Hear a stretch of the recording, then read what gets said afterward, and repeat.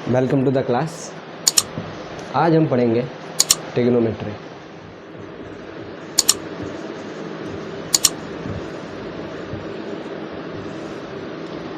अब trigonometry actual में 3 word से मिलकर बना हुआ है, tri, gon and metron. Tri means 3 and gon means sides, metrons means measurement. मतलब अगर हम किसी 3 साइडेड फिगर की मेजरमेंट की बात करें तो उसी को ट्रिग्नोमेट्री बोलते हैं। ठीक है, अब जो ट्रिग्नोमेट्री है एक्चुअल में इसकी स्टडी में सबसे पहले हम इसके यूनिट्स की बात कर लें तो ट्रिग्नोमेट्री में बेसिकली 3 यूनिट्स होते हैं। पहला होता है डिग्री,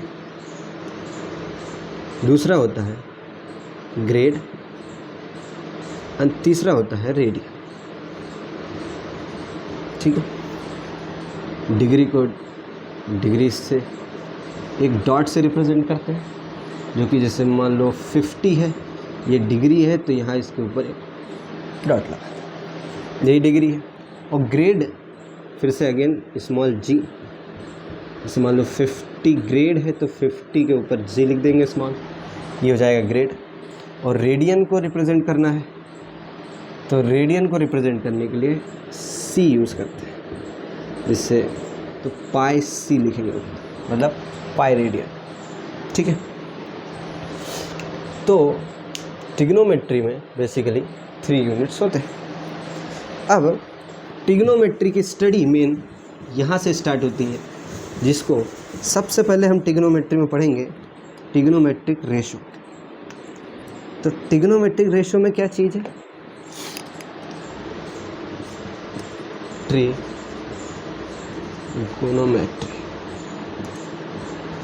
रेशो। ठीक है, तो ट्रिग्नोमेट्रिक रेशो में एक्चुअल में हम जानते हैं कि जो हमारा स्टैंडर्ड रेशोज़ है या फिर ट्रिग्नोमेट्रिक फंक्शंस है वो 6 डिफाइंड है। पहला है साइन, साइन इसी का रेसिप्रोकल कॉसेक, अगर उसके साथ एंगल बनाए तो sine theta, cosec theta, cos theta उसका reciprocal sec theta, tan theta इसका रेसिप्रोकल कॉट थीटा। ठीक, तो हम इन्हीं 6 रेशोज़ की बात करने वाले हैं। तो अगर हम माने कि मेरे पास एक राइट एंगल ट्राइंगल है named as A B C and right angle at B. मान लो कि ये थीटा ये है, पहले ये जो थीटा के सामने रहता है वो हमेशा परपेंडिकुलर होता है, और जो ये राइट एंगल के सामने होता है ये हाइपोटेनियस होता है, तो जो रिमेनिंग बचा वो बेस होता है। ठीक है, ये हो गया।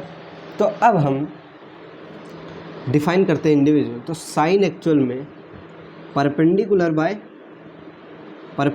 बाय हाइपोटेनियस होता है। तो इसका क्योंकि साइन का रेसिप्रोकल है कॉसेक, तो हम कहेंगे इसका रेसिप्रोकल मतलब हाइपोटेनियस अपॉन परपेंडिकुलर। ऐसे ही कॉस थीटा, तो कॉस थीटा होता है base upon hypotenuse, base upon hypotenuse, तो इसी का रेसिप्रोकल हो जाएगा हाइपोटेनियस अपॉन बेस। ठीक है, ऐसे ही टेन थीटा, तो टेन थीटा क्या होता है? परपेंडिकुलर अपॉन बेस, और इसका रेसिप्रोकल फिर से base upon perpendicular. Sine theta upon cos theta, तो साइन थीटा एक्चुअल में क्या होता है? परपेंडिकुलर अपॉन हाइपोटेनियस, और कॉस थीटा क्या होता है? Base upon hypotenuse. अगर मैं इसको सॉल्व करूँ तो ये बनता है perpendicular hypotenuse upon hypotenuse base. इसमें हाइपोटेनियस कैंसिल हो गए एक्चुअल में बनता है परपेंडिकुलर अपॉन बेस, ठीक है। और टेन थीटा भी क्या है, परपेंडिकुलर अपॉन बेस। तो हम कह सकते हैं कि sine theta upon cos theta is nothing but tan theta, ठीक है। तो हम यहाँ पर ये भी जनरलाइज कर सकें कि टेन थीटा को हम लिख सकते हैं sine theta upon cos theta. तो सिमिलरली अगर कॉट थीटा लिखना हो तो भी लिख सकते हैं, इसका रेसिप्रोकल कर दें, मतलब हम बोल देंगे cos theta upon sine theta, ठीक है। तो जैसा कि हमने बात किया कि जो साइन है, साइन थीटा, वो रेसिप्रोकल है किसका, कॉसेक थीटा। ऐसे ही कॉस थीटा का रेसिप्रोकल क्या है, 1 अपॉन सेक थीटा। और टेन थीटा का रेसिप्रोकल 1 अपॉन कॉट थीटा, ठीक है। अगर हम राइट एंगल ट्रायंगल बनाता हूँ मैं, ये थीटा मानता हूँ, ये ए है और ये बी है, ये सी है, और क्योंकि इसके सामने ये परपेंडिकुलर और ये राइट एंगल, तो इसके सामने होता है हाइपोटेनियस और जो बचा वो बेस है। तो फिर से एक बार साइन को एनालाइज करते हैं। साइन थीटा को जैसे कि हमने बोला कि परपेंडिकुलर अपॉन हाइपोटेनियस लिखते हैं। अच्छा, ये सब जानते हैं ना कि hypotenuse is always greater than perpendicular और hypotenuse is greater than base. मतलब कि ये जो परपेंडिकुलर है वो हाइपोटेनियस से बड़ा है, ठीक है। तो मतलब न्यूमरेटर अगर छोटा है, न्यूमरेटर अगर छोटा है डिनोमिनेटर से, तो हम जानते हैं कि ये जो रिजल्टेंट आएगा ये ऑलवेज लेस देन 1 आएगा, ठीक है। लेस देन 1 आएगा। और इक्वल कब हो सकता है, जब परपेंडिकुलर बराबर हो जाए किसके, हाइपोटेनियस। मतलब लेस देन और लिख सकते हैं इक्वल्स टू किसके हो सकता है, 1 के बराबर हो सकता है। साइन थीटा लेस देन और इक्वल्स टू, ठीक है, लेस देन और इक्वल्स टू 1 के। तो हम यहाँ जनरलाइज कर सकते हैं कि जो साइन थीटा है, sine theta always less than और इक्वल्स टू 1 होगा। तो सिमिलरली अगर साइन थीटा को एनालाइज कर सकते हैं तो फिर हम कॉस थीटा को भी एनालाइज कर सकते हैं, ठीक है। तो कॉस थीटा क्या कहता है, कॉस थीटा को लिख सकते हैं हम बेस अपॉन हाइपोटेनियस, जानते हैं। तो फिर से हाइपोटेनियस बेस से भी बड़ा है, तो फिर से ये हमेशा लेस देन और इक्वल्स टू 1 होगा। किसकी वैल्यू, कॉस थीटा की वैल्यू, ठीक है। वैसे ही हम टेन थीटा को भी एनालाइज कर सकते हैं। तो टेन थीटा को लिख सकता हूँ क्या, परपेंडिकुलर अपॉन बेस। तो परपेंडिकुलर अपॉन बेस को देखते हैं। मान लो ये राइट एंगल ट्रायंगल है और ये थीटा माना है मैंने, तो थीटा के सामने वाला परपेंडिकुलर और ये राइट एंगल के सामने वाला हाइपोटेनियस और जो बचा वो बेस। तो देखें यहाँ पर परपेंडिकुलर और बेस की कोई लिमिट नहीं है, मतलब चाहे ये जो परपेंडिकुलर है वो कोई भी रियल वैल्यू ले सकता है और बेस भी कोई रियल वैल्यू ले सकता है, लेकिन यहाँ इस रेशो में भी कोई डिपेंडेंसी नहीं है। परपेंडिकुलर भी कोई भी रियल वैल्यू ले सकता है, लेकिन ये ज़रूरी नहीं कि परपेंडिकुलर छोटा हो बेस से या फिर परपेंडिकुलर बड़ा हो बेस से। तो हम कह सकते हैं कि जो टेन थीटा का रेंज है, टेन थीटा एक्चुअल में इन्फिनिटी तक जा सकता है। टेन थीटा जो है वो इन्फिनिटी तक जा सकता है, ठीक है।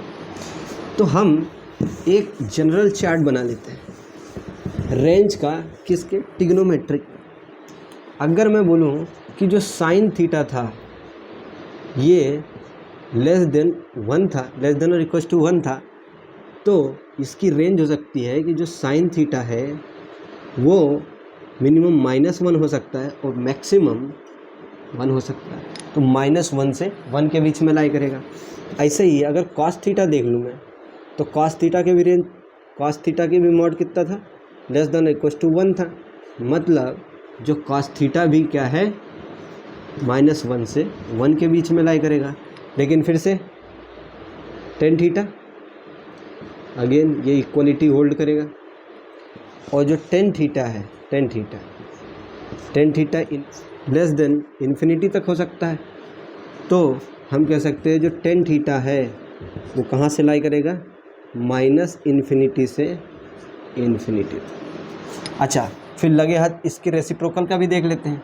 तो हमने जैसे साइन थीटा जो है वो 1 से छोटा था, तो इसका रेसिप्रोकल होता है कॉसेक थीटा, तो cosec theta is always greater than 1 होगा, greater than equal to. Again similarly sec theta जो है वो भी क्या होगा, ग्रेटर देन इक्वल टू 1। लेकिन कॉट थीटा फिर से क्या होगा, कॉट थीटा इनफाइनाइट वैल्यू ये भी ले सकता है, तो ये भी लेस देन इनफाइनाइट होना चाहिए। ठीक है, तो ये चार्ट इम्पोर्टेंट है, चार्ट। तो इसके रेशोज़ के क्वेश्चंस भी सिंपल ही आते हैं। जैसे मान लो अगर टेन थीटा इक्वल टू दिया है 4/3, पूछ ले साइन थीटा बताइए, कॉस थीटा बताइए, कॉसेक थीटा बताइए और सेक थीटा बताइए, कॉट थीटा बताइए। ठीक, तो बता सकते हैं। तो इससे हम एक डायग्राम बना लें, क्योंकि हम जानते हैं, जैसे क्योंकि रेशो हम जानते हैं टेन थीटा इक्वल टू क्या होता है, टेन थीटा इक्वल टू होता है परपेंडिकुलर अपॉन बेस। तो अगर हम ये थीटा इसको मान लेते हैं, तो इसके सामने वाला परपेंडिकुलर, मतलब ये परपेंडिकुलर, ये बेस और ये हाइपोटेनियस। तो परपेंडिकुलर की वैल्यू दी है 4 और बेस की वैल्यू दी है 3, तो हम हाइपोटेनियस निकाल सकते हैं यूजिंग पाइथागोरस थ्योरम। ठीक है। तो पाइथागोरस थ्योरम कहता है कि हाइपोटेनस का square equal to perpendicular square plus base का स्क्वायर। ठीक है, तो हाइपोटेनस का स्क्वायर चाहिए, परपेंडिकुलर स्क्वायर 4 स्क्वायर 3 का स्क्वायर, तो 4 चौक 16, 3 त्रिक का 9, दैट इज़ 25।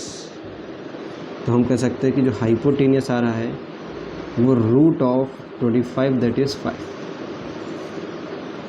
ठीक है,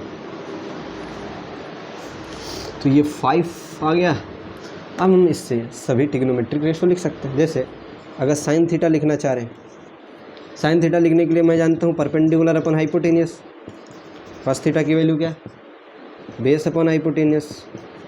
ऐसे ही तो साइन थीटा के perpendicular upon hypotenuse, that perpendicular 4 hypotenuse 5, base 3 hypotenuse 5। और इसके रेसिप्रोकल्स जैसे कॉसेक थीटा, तो इसका रेसिप्रोकल कर दो 5/4 लिख देंगे। इसका रेसिप्रोकल सेक थीटा, तो इसको लिख देंगे 5/3। और टेन थीटा का रेसिप्रोकल, तो हम टेन थीटा का रेसिप्रोकल होता है कॉट थीटा, तो कॉट थीटा को लिख सकते हैं इसका रेसिप्रोकल दैट इज़ 3/4।